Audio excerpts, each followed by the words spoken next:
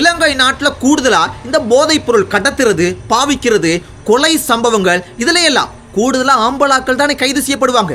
ஆனா இப்ப இந்த போதைப் பொருள் சம்பந்தப்பட்ட விஷயத்துல, கொலை சம்பவத்துல பெண்களும் அடிக்கடி கைது செய்யப்படுற விஷயத்தை பார்க்க கிடைக்குது.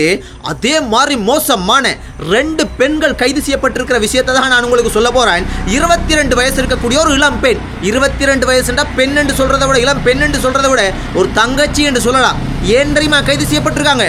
பயங்கரமான போதைப் பொருள் சம்பந்தப்பட்ட கிரிமினல் வேலை ஒன்று செய்திருக்கிறாங்க. இது என்ன விஷயம் உங்களுக்கு நான் தெளிவா கடைசியா சொல்றேன். அதை விட மோசமான ஒரு சம்பவம் மட்டும் வவுனியால நடந்திருக்குது. வவுனியா ஹாஸ்பிட்டல்ல ஒரு அக்காச்சி ஒருத்தவங்க உயிருக்கு போராடி கொண்டு சீரியஸ்ல இருக்கிறாங்க. ஏன் தெரியுமா? இன்னொரு அக்கா பட்டு மோசமா அந்த அக்காவை கத்தியால, கொலை முயற்சியில கத்தியால கண்ட மாதிரி விசிறி அப்படியெல்லாம் கத்தி குத்துல ஈடுபட்டு அவங்க ஹாஸ்பிட்டல்ல இருக்கிறாங்க. அந்த கத்தி குத்துல ஈடுபட்ட அந்த அக்காவை போலீஸ் வந்து கைது பண்ணியிருக்காங்க. யோசிச்சு பாருங்க எப்படி தலைகளா நடக்குதுன்னு. சரி, என்ன பிரச்சனை? ஒரு அக்கா இன்னொரு அக்காவை கொலை செய்கிற அளவுக்கு வந்து கத்தியால குத்துறாங்கடா, என்ன பிரச்சனைன்னு பார்க்க போனா வவுனியால பண்டாரி குளம் என்று சொல்ற இடத்துல தான் இந்த சம்பவம் நடந்திருக்குது. அங்க ஒரு கடை ஒன்றுல இந்த குற்றவாளி என்று சொல்லப்படக்கூடிய அந்த பெண் கிட்டத்தட்ட 2 வருஷத்துக்கும் அதிகமாக வந்து வேலை செய்யறாங்க. என்ன வேலை செய்யறாங்க? அங்க வந்து ஒரு துப்புரவுகளை செய்கிற ஒரு துப்புரவு தொழிலாளியாக வேலை செய்யறாங்க. ஸோ அந்த வருமானத்தை வச்சு அவங்களோட பிரச்சனைகள், அவங்களோட இதுகளை பார்த்துருக்குறாங்க போல. இப்போ திடீரென்று 2 வருஷம் வேலை செய்த அந்த அக்காவை திடீரென்று வேலையிலிருந்து நிறுத்தி இருக்காங்க. அப்போ அது என்ன பிரச்சனைன்னு நமக்கு தெளிவாக தெரியா. ஆனால் வேலையிலிருந்து நிறுத்தியதன் பிற்பாடு அந்த பிரச்சனை, அந்த கோபங்கள், அந்த விஷயத்துக்காக தான் அந்த பெண் கொலை செய்கிற முயற்சி ஒன்றை செய்திருக்கிறாங்க. கத்தியால் பட்டு மோசமாக குத்தி கொலை செய்கிறதுக்கு முயற்சி செய்திருக்காங்கன்ட்டு போலீஸ் தரப்பில் பார்த்தீங்கன்னா இந்த விஷயம் வந்து சொல்லப்பட்டிருக்குது. ஸோ பாருங்கள். ஆனால் அதுக்கு மேலே நாங்கள் டீப்பாக போய் வந்து அதை என்ன விஷயம் அலசி ஆராய்ஞ்சு நம்மளால் எடுக்க முடியல. ஆனால் ஒரு பெண், ஒரு அக்கா இன்னொரு பெண்ணை கத்தியால் குத்தி செய்கிறதுக்கு முயற்சி செய்கிறாங்க. அதுவும் ஒரு துப்புரவு தொழில் செய்யக்கூடிய ஒரு பெண் அப்படி ஏன் செய்கிறாங்கன்னு பார்க்க போனால் உண்மையாகவே ஒரு போதைப் பொருள் சம்மந்தப்பட்ட விஷயத்துக்கோ வேற ஒரு பிரச்சனைக்காகவோ அப்படி செய்கிறதுக்கு சந்தர்ப்பம் இல்லை. ஆனால் ஒரு பெண் சாதாரணமாக சும்மா அப்படி செய்வாங்களா? ஒரு வேலையிலேருந்து சும்மா நிறுத்தினா அப்படி செய்கிறதுக்கு சந்தர்ப்பங்கள் எனக்கு தெரிஞ்சு இல்லை. ஆனால் இதுக்குள்ளுக்கு வேற பிரச்சனைகள் எதுவும் இருக்குதா? இல்லைண்டா எதுவும் ஈகோ காரணமா?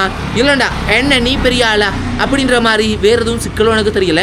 ஆனால் ஒரு வேலையிலிருந்து ஒரு சாதாரண துப்புரவு தொழில் செய்கிறவங்களாக இருந்தால் கூட ஒரு முன்னறிவித்தல், ஒரு ஆக குறைஞ்சதோ ஒரு 3 மாதத்துக்கு முதலாவது தெரியப்படுத்தணும். சரி, இல்லை 1 மாதத்துக்கு முதலாவது இப்படி இந்த மாதிரி காரணத்தால் நான் உங்களை நிறுத்துகிறேன், ஏதாவது ஒன்று சொல்லி நிறுத்தணும். ஏனெண்டா இதே ஒரு அரசாங்கத்தில் வேலை செய்கிறவங்களோ, ஒரு தனியார் நிறுவனத்தில் ஒரு பேங்கில் ஒர்க் பண்ணுறவங்களோ அவங்களுக்கு நாளையோட நான் அவங்கள நிறுத்துறோம்னு சொல்லுவாங்களா?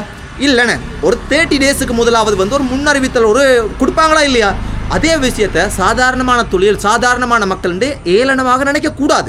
ஆனால் அதுக்காக அவங்க அந்த கொலை செய்கிறதுக்கு கத்தியால் வந்து குத்தி பட்டு மோசமாக செய்ததை நான் வந்து ஆதரிக்கையில் அது வந்து நியாயப்படுத்த வரல. ஆனால் இதுகளை செய்தால் இந்த மாதிரியான விஷயங்களை குறைக்கலாம்னு நினைக்கிறேன். இன்னொன்று, இதனுடைய உண்மையான விஷயத்தை நான் உள்ளுக்கு போய் பார்க்க இல்லை. இது அதாவது இந்த வேற எதுவும் சிக்கல் இருக்கா, வேற எதுவும் பெரிய பிரச்சனையாண்டு நமக்கு தெரியலை. இதுதான் எனக்கு தெரிஞ்ச விஷயம். ஆனாலும் அந்த அக்கா உயிரிழக்கக்கூடாது, பிழைக்கணும், உயிர் தப்பணும் மட்டும் நானும் கடவுளை வேண்டிக் கொள்கிறேன். இன்னொரு விஷயம் மட்டும் நான் உங்களுக்கு சொன்னேன்னா, 22 வயசு இருக்கக்கூடிய ஒரு பெண் ஒருத்தவங்க பயங்கரமான போதைப் பொருள் விஷயத்தில் கிரிமினல் கைது செய்யப்பட்டிருக்காங்க போலீஸால். அது என்னன்னு பார்க்க போனால் பாருங்க எப்படி சமுதாயம் இருக்குண்டு. அதாவது அந்த 22 வயசு இருக்கிற அந்த பெண்ணுக்கு, கைது செய்யப்பட்ட பெண்ணுக்கு ஒரு காதலன் இருக்கிறார். அவருக்கு வயசு 24. அவர் அதாவது இன்றைக்கு செவ்வாய்க்கிழமை, நேற்றைய முன்தினம் ஞாயிற்றுக்கிழமை அவர் வந்து கைது செய்யப்படுறார் போலீஸால். ஏன் கைது செய்யப்படுறார்?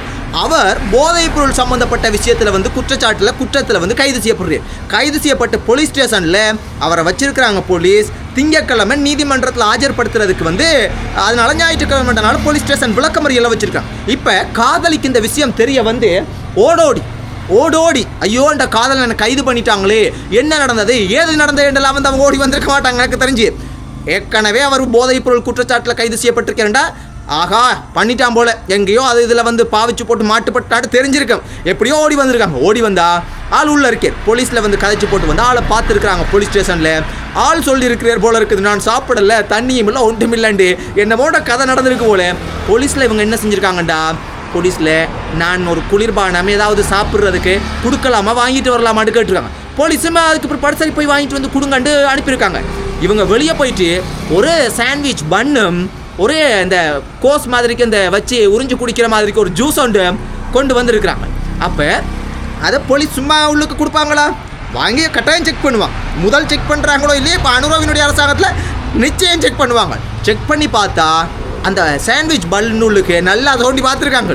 ஒரு சின்ன குளிசையை ஒன்று இருந்துருக்கு பாருங்கள். அப்போ போலீஸ் எப்படி விளையாட்டாக்கலண்டு அந்த சோடா மாதிரி இருக்கிற குளிர்பானத்தில் ட்ரக்ஸ் மிக்ஸ் பண்ணியிருக்காங்க. அதாவது கிட்டத்தட்ட கஞ்சாண்டு நான் நினைக்கிறேன்.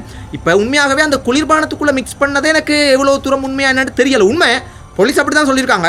ஆனால் அது என்னென்று எனக்கு விளப்பம் தெரியல. அந்தளவுக்கு ஒரு வெகுளியான பெண்ணா இவங்க என்னென்று எனக்கு தெரியல. அப்போ அப்படி கொண்டு வந்திருக்காங்க. ஆனால் இப்போ இது தெரிஞ்சிருச்சு தானே, இந்த பெண்ணும் கைது செய்யப்படுறாங்க. விஷயத்தை பாருங்கள் இப்படி போகுதுண்டு. ஆனால் யோசிச்சு பாருங்கள், இந்த சம்பவம் எங்கே நடந்திருக்குண்டா பிள்ளையந்தலை என்று சொல்லப்படக்கூடிய இடத்துல தான் அந்த சம்பவம் நடந்திருக்குது. நேற்று தமிழ் ஆக்களும் அங்கே இருக்கிறாங்க. ஆனால் கூடுதலாக சிங்கள ஆக்கள் இருக்கிறாங்க, இஸ்லாமிய ஆக்களும் இருக்கிறாங்க. இப்போ நான் என்ன சொல்ல வரேன்டா, இதுபோல சம்பவங்கள் அங்கே மட்டும் இல்லை. திருகோணமலை, வவுனியா, ஜாழ்ப்பாணம், முல்லைத்தீவு, கிளிநொச்சி, மட்டக்களப்பு, அம்பாறை, இப்படி எக்கச்சக்கமான மன்னார், இப்படி எல்லாம் எங்கட தமிழ் சமுதாயங்கள் இருக்கக்கூடிய இடங்கள்லையும் இது நடக்குது. ஆனால் நான் இதில் ஒரு விஷயத்தை கேட்க வர்றேன். கூடுதலாக நிறைய பெற்றோர்கள், நிறைய அம்மா அப்பாக்கள் வேதனைப்படுற ஒரு விஷயம் பார்க்க கிடைக்கிறது. நானும் பார்த்துருக்கிறேன். பார்க்குறதுக்கு நல்லா படிச்சிருப்பாங்க. சில பெண்களை மட்டும் சொல்லலை, பொடியன்மார்களையும் தான் நல்லா படிச்சிருப்பாங்க. ஒரு குடும்பத்தில் அம்மா அப்பா கஷ்டப்பட்டு சின்னன்லேருந்து வளர்த்து பெரிய ஆளாக்குவாங்க.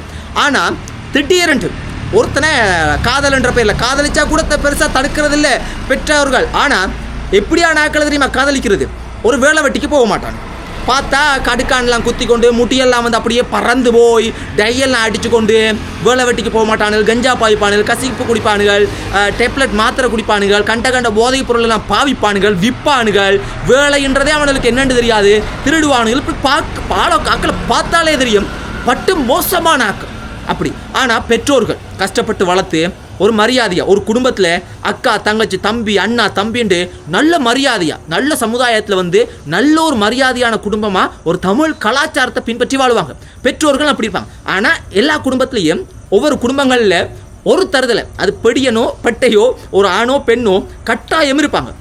எனக்கு தெரியல, அந்த குடும்பத்தில் மானத்தையே வாங்குறதுக்குண்டு, அந்த குடும்பத்தையே சந்தோஷத்தை சீர்குலைக்கிறதுக்குண்டு திடீரெண்டு 5 நாள் 10 நாள் 1 மாதம் பார்த்த பொடியனோட ரைட் எஸ்கேப் ஆகி தான் போனாங்க. ஒரு நல்லபடியை நல்ல பண்பு நல்ல ஒரு ஆக்களை பார்த்தா அப்படியும் பார்க்குறது. அதன் பிற்பாடு 3 மாதத்தில் திரும்பி ரிட்டர்ன் விட்டேன், 6 மாதத்தில் ரிட்டர்ன், 1 வருஷத்தில் ரிட்டர்ன். என்னால் வாழ முடியாது. குடும்பம் யோசிச்சு பாருங்கள், இப்படி எத்தனை விஷயங்களை பார்க்க கிடைக்குது. பார்க்க நல்லா அழகாக இருக்கிறீங்க, நல்லா படிச்சிருக்கிறீங்க, ஆனால் தேடி போகிறது மட்டும் இந்த மாதிரி இருக்குது. ஏன் உங்களுக்கு இப்படியான ஆட்கள் மீது ஈர்ப்பு வருது? ஏன் கஞ்சா பாவிக்கிறவனை தேடி போகிறீங்க, கசிப்பு விற்கிறவனை தேடி போகிறீங்க, இந்த போதைப் பொருள் பாவிக்கிறவனை தேடி போகிறீங்க? இந்த பண்புகள்லேயே வந்து மிக மிக தாழ்ந்த குறைந்த ஒரு சிக்கலான பண்புகளை பின்பற்றக்கூடிய வார்த்தைகளை கதைக்கக்கூடிய மோசமான ஆட்களை தேடி போகிறீங்க. ஏன் நான் இதெல்லாம் சொல்கிறேன்? அதெல்லாம் நடக்குது. தயவு செய்து இந்த மாதிரியான ஆக்களை தேடி போய் சந்தோஷமாக இருந்தால் பரவாயில்ல, சீரழிஞ்சு அம்மா அப்பாட மனசை நோக்கடிக்காது. மிக மிக மோசமான விஷயங்களை நீங்கள் பல தடவைகள் பல பேர் செய்கிறீங்க. இது கடைசியாக உங்களுக்குன்னு பிள்ளைகள் பிறந்து அது வளர்ந்து அதே விஷயத்தை உங்களுக்கு செய்யும். வேணாமம்மா, நல்ல நல்ல விஷயங்களை காதலிங்க, வேணாம்னு சொல்லலை. நல்ல ஒரு வேலைக்கு போகிறீரா, நல்ல பண்புகள் இருக்கா, நல்ல ஒரு மரியாதையான ஆளா, அந்த மாதிரியான ஆட்களை காதலிச்சு அம்மா அப்பாட்ட வந்து இப்படி நான் காதலிக்கிறேன்னு சொல்லுங்க. இது நீங்கள் எப்படியான ஆட்களை பார்க்கவே தெரியுது. 10 நாள் ஆகினாலும் பல்லு விளக்கி இருக்க மாட்டானுகள்.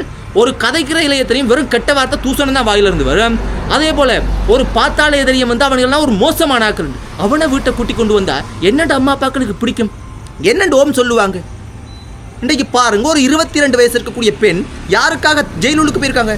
காதலனும் போலீஸ் ஸ்டேஷனில் போதைப் பொருள் பிரச்சனையில் உள்ளுக்கு இருக்கிறான். அவனை பார்க்க போய் நீங்களும் அவனுக்கு ஒரு நாள் வந்து ஞாயிற்றுக்கிழமை கைது செய்யப்பட்டிருக்காங்க. திங்கக்கிழமையில் எப்படியுமே பிணை கிடைக்கும். ட்ரக்ஸ் சம்மந்தப்பட்ட இடம் எப்படியும் பிணை தான் கொடுக்குறாங்க.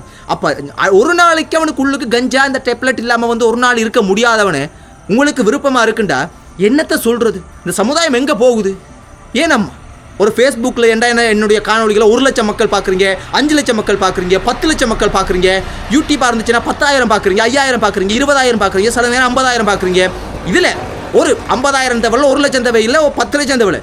ஒரு 10 பேர் இந்த விஷயத்தை கேட்டு ஒரு அண்ணாவா, ஒரு தம்பியா, ஒரு சகோதரனா, ஒரு பிள்ளையா, உங்களோட குடும்பத்தில் ஒரு நபரா நான் சொல்கிறது வந்து ஒரு 10 பேர் உங்களோட காதுக்கு போய் சேர்ந்துருந்தா கூட எனக்கு சந்தோஷம்தான். குட் நைட் சொந்தங்களே. இப்படி தான் இருக்குது சமுதாயம். என்னத்தை சொல்கிறது? நன்றி சொந்தங்களே, நன்றி.